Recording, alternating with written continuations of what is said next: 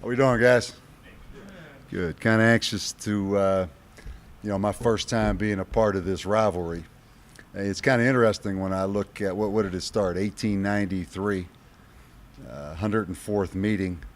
Played a bunch of times before New Mexico was even a state, which is kind of amazing when you think about that. But it's two similar teams. You look at, they won their first game at home. We won our first game at home. We go on the road for 2 weeks. They go on the road for 2 weeks. Get beat pretty significantly on the road. So it's obviously a big game for a lot of reasons. It's a little different in that, normally in-state rivalries, there's a lot of players that have played against each other. It's not so much the case. I look at their roster. I think they have one player in the two deep from the state of New Mexico. We have a significant number of guys. I think we have over 35 players on the roster from the state of New Mexico. But with that said, this is a big game. I think, let's call it what it is for us. We play Southern at home in the first game. I'm not sure how good Southern is. I know how good the last two teams we played on the road were. I think you'll look back when this season ends. If those two teams can stay healthy, I think both of them will win 10 games or more. We all know Texas went to Ole Miss Saturday night in a big game. I mean, for the University of Texas to come into Oxford, Mississippi on a Saturday night, that's a big game. And Texas went in there and put 675 yards and 66 points and had 66 points with 13 minutes left in the game against Ole Miss. And we all know Texas Tech's offense is probably more explosive than Texas's offense. So we all are realistic. What we just had to do the last 2 weeks. As I told our players yesterday, and we've talked to our coaches about since the moment we were in that locker room against Lubbock, that doesn't give anyone a pass to perform the way we performed. There were some things happened in Texas Tech game that we certainly should have coached better. We certainly could have played better. But with that said, in a lot of ways, it's a fresh start right now. And it's trying to put a team on the field that can make this rivalry be what this rivalry should be. They beat us 3 straight years. They had over 530 yards on us last year here in our stadium. We've got to put a team out there that can play, and we've got to coach well enough that this game should be the kind of rivalry it has been in the past. And that's pretty much what it is. It's a challenge in a lot of ways, but I love this challenge. That's what we're here for. So with that said, any questions you guys may have, let's shoot. Let's go. Anybody? Coach, what are you going to do to kickstart the offense? Because you guys only have 127 yards total against Texas Tech. Well, a lot of things. First of all, we can't let New Mexico State have 90 plays. We played 90 plays on defense against Texas Tech, 90. Obviously, that's a lot of different reasons. One, we couldn't stop Texas Tech. Two, we returned a kickoff for a touchdown, which eliminated one possession. And three, we didn't execute very well as the game kept going. We did early. So, the first thing, our offense has to be on the field more. And that's a combination of a lot of things to make that happen. The second thing, I think our quarterbacks in the option game in particular, our footwork has to be much better, both BR and Cole. And then we do need to get some explosive plays. We've got a couple guys, I think. Lamar Thomas is back. Number 24, Carlos Wiggins, is explosive, although I don't even want to tell you what he weighs right now. Maybe an NCAA regulation said we can't put him out there. He's so light. And then, we've got some other guys that I think as this thing goes, we just have to get guys in the right position to be as good as they can be. But it's a lot of things why our offense had such few yardage in that game. And that's we have to address all those things. Coach Davie, there was a point when it's 28-14 and then everything kind of unravels in just a couple of big plays. by Texas Tech. What do you think led to that? Was it the team loses focus, or did No, you know what? To be honest, it could have been 80. I mean, let's call it what it was. I mean, they could have scored 80 on us Saturday night. It was 28-14, but we couldn't stop them. It was 28-14 because we ran a kickoff back for a touchdown. Then they get the ball back and they take it right down the field. Then we do a stupid thing and let that ball hit the ground on the kickoff right before the half. But yeah, I appreciate it. I mean, it was only 28-14. To me, it was a flip of what the Texas game was. The Texas game was 45-0. That score was not indicative of how that game went. To be honest, the Texas Tech game, we're lucky they only scored 49 points. It could have been a lot worse. So it was two opposite type games. But yeah, it was 28-14. But really, it was just kind of a continuation of what had happened before. We couldn't stop them. And then we made a big mistake in the kicking game. And then it's 42 instead of, 28-14 at the half. And then the bottom line after that, they come out the first drive of the second half and take it right down the field. And then they put their twos in. So, I appreciate the question, but truthfully, it's what it was the whole game. It's just at that point, because of the kickoff return, we looked like we had a little bit of momentum there. But we couldn't stop them if it was when it was, truthfully. Now that we are taking a little, I would say, break from the Texas fever, do you think we'll start seeing better results, especially towards our conference? You know what? That's what this is. That's why I say, I'm not going to dance around it. This is a big game for us to go see where we are. Southern probably wasn't very good. Texas and Texas Tech were really, really good. There's two 1-2 teams playing. It's a big rivalry game. I'm as anxious and as interested as you are to see if we can coach better and we can play better. And I want to find out where we are moving forward. That's a fair question. That's exactly right. What do you see from the Aggies on tape that makes you think that you can bridge that gap over the last 3 years? I don't know that we can. I mean, last time I watched the tape this morning of last year, it was total domination. It didn't look much different than Texas Tech's offense out there, honestly. I watched the Texas Tech against us last year, and I watched New Mexico State against. It's the same results. Over 500 yards offense. So that's the point. Let's go find out. Let's go find out, and we've got to find a way to coach better and make this a rivalry, and take the guys that we have against the guys that they have. And let's just see who can put the better product out there as we move forward. But I've got no, I can't say that it will be better. But we're going to work like heck to try to make it better. So you talk about the quarterback? Yeah, big, strong guy. Can sling it. Doesn't move around real good. Coming off the knee injury last year. Has been sacked 13 times. Ohio U and Texas El Paso really played good. Big, strong guy that can flat throw the ball. That's what he is. Pretty impressive. Coach, they did have a couple of 100-yard receivers against the UTEP game. How tough is it going to be to contain those two guys, Davie and Franklin? Really tough. Those two receivers are, number 13 and number 4 are, they're Texas Tech, Texas receivers. They are two really good players. You look at every game, you see them running down the field, and you see a quarterback that can throw the ball deep. So that's obviously the challenge.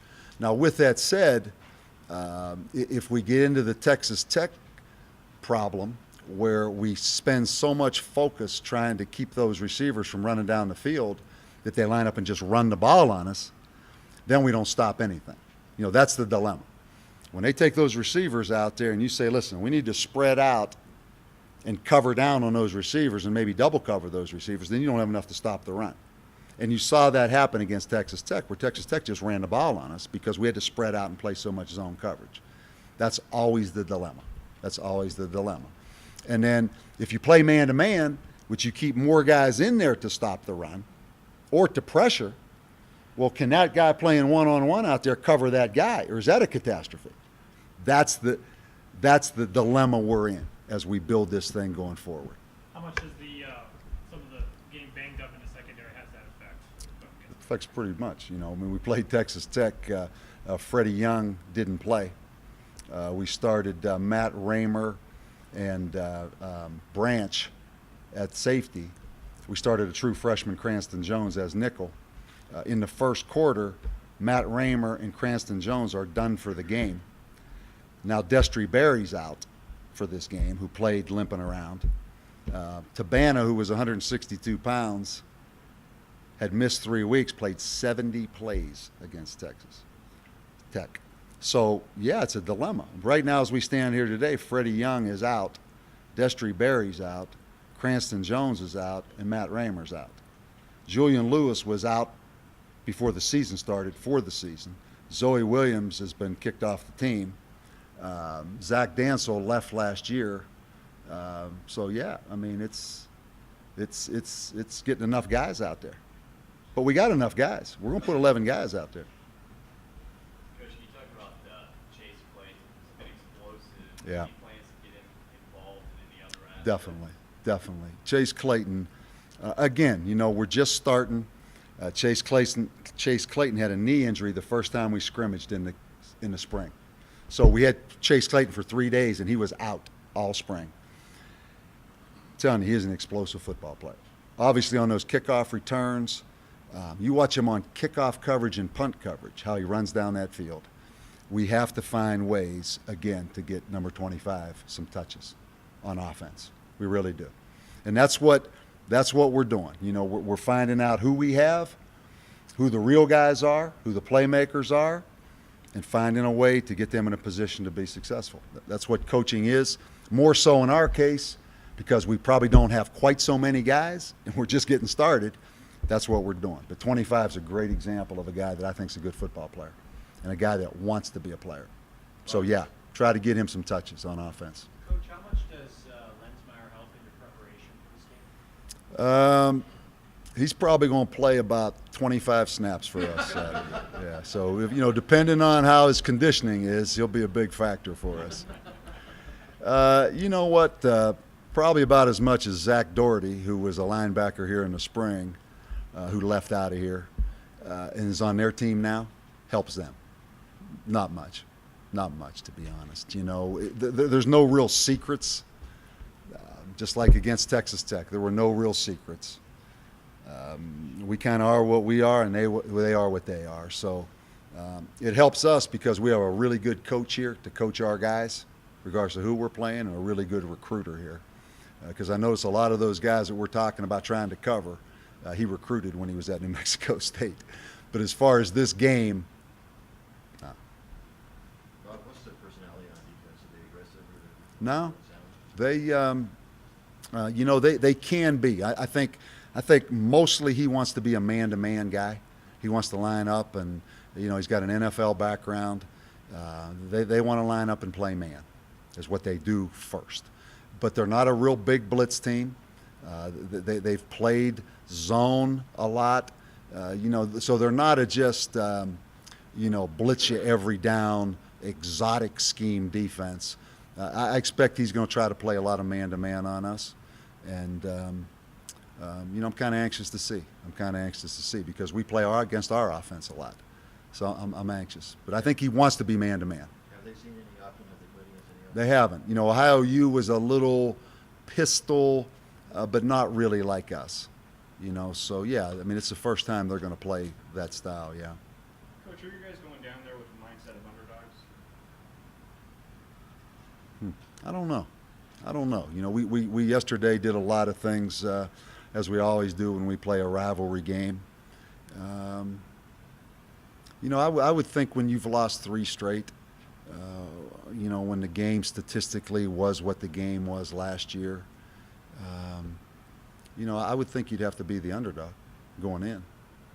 So I don't know. It's a good question.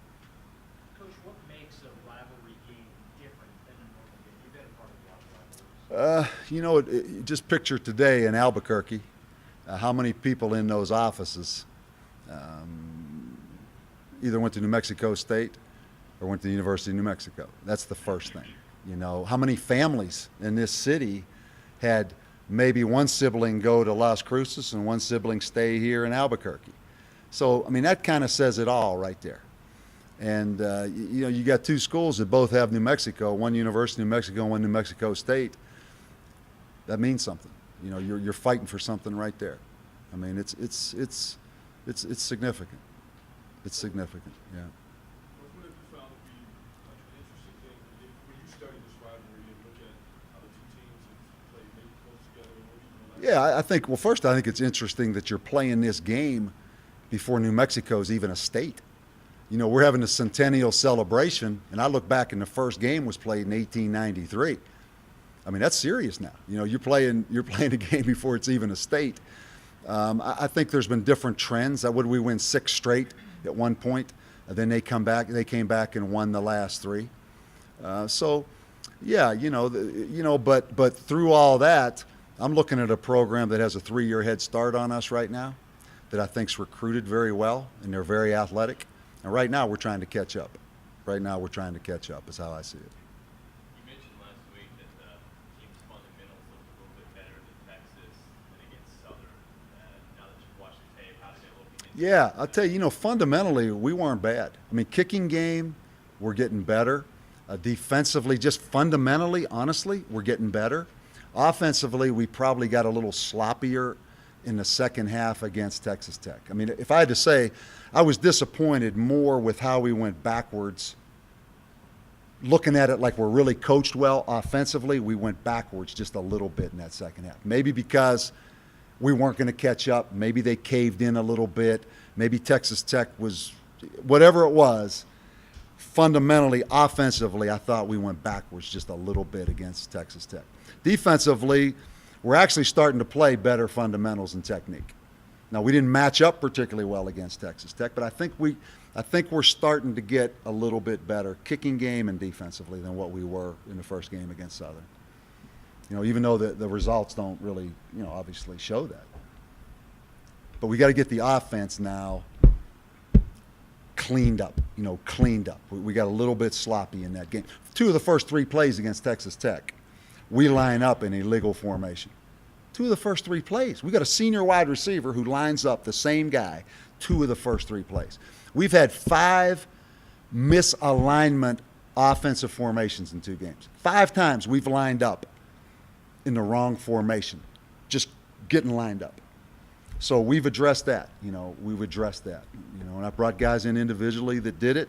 We've talked to coaches that are responsible, so we, offensively, we've gotten a little sloppy. Is that nerves? What is it? I don't know. There's a little bit of communication. There's a little bit of maybe, oh no, here we go again. We're getting our butts kicked, and we I don't know, but we need to solve it. Will you be switching Cole and BR or something as you did with Texas Tech on these next? Maybe not as much, but we will. Cole's going to play. BR's going to play. We may not switch them as much as we've switched them. Are you surprised at this point with the example you gave of the formations, that little things like Yeah. that are slipping through the cracks? Yeah, I mean, because that's something we control. We control that. That's why I say there's no pass that we just we looked at their schedule before the season. They can probably beat Southern, but man, they're not going to beat Texas and Texas Tech. That's not the mindset. There's things against Texas and Texas Tech. We may play them 10 times and not come close to beating either one of them. But there's things that happened that shouldn't have happened. Shouldn't have happened from a coaching standpoint and a playing standpoint. Against Texas, not as many things. Texas Tech, a little bit more on offense that we should be able to control. And that's what we're trying to do, address everything that we can solve right now. Coach, as you analyze, is it a talent gap? Is it just experience? I'm not even going to go there. I mean, our talent is what our talent is. Our schedule is what our schedule is. We got to solve it. I'll let somebody else judge what the schedule is, what the talent is. That's all BS, right? Bottom line, we didn't do the things we should have controlled doing. And that bothers me more than the score of that game against Texas Tech. Texas, I could stand up and say there were a lot of little wins. Texas Tech, not so many.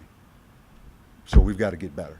What's tougher emotionally, playing back-to-back Texas schools or for New Mexico State playing 2 rivals in consecutive weeks? You're asking me to speak on New Mexico State's behalf? I'm trying to just figure out how we can line up in the right formation. Now I'm going to be Dwayne Walker and figure out what. I don't know, man. Right? I don't know. That's why that's why they pay you that big bucks. That's why you got to figure that out. Right? Coach, you didn't have to worry about late game situations first 3 weeks. Is that something you look at a little? Late game, like time of day? No, like 2-minute drills. Oh, late game situations. Great point. You know, we do that we did it Thursday. But yeah, I mean, the only 2-minute situation we've had the last 2 weeks is hoping that clock kept running. Right? But yeah, that's you know, honestly, that's a great point though, because we've played 3 blowout games, one way or the other, right? 1 for us and 2 for them. We've not been in a close game. But you know, the point about that is neither have they. Neither have they. And I think that's why this is such a big test for both teams.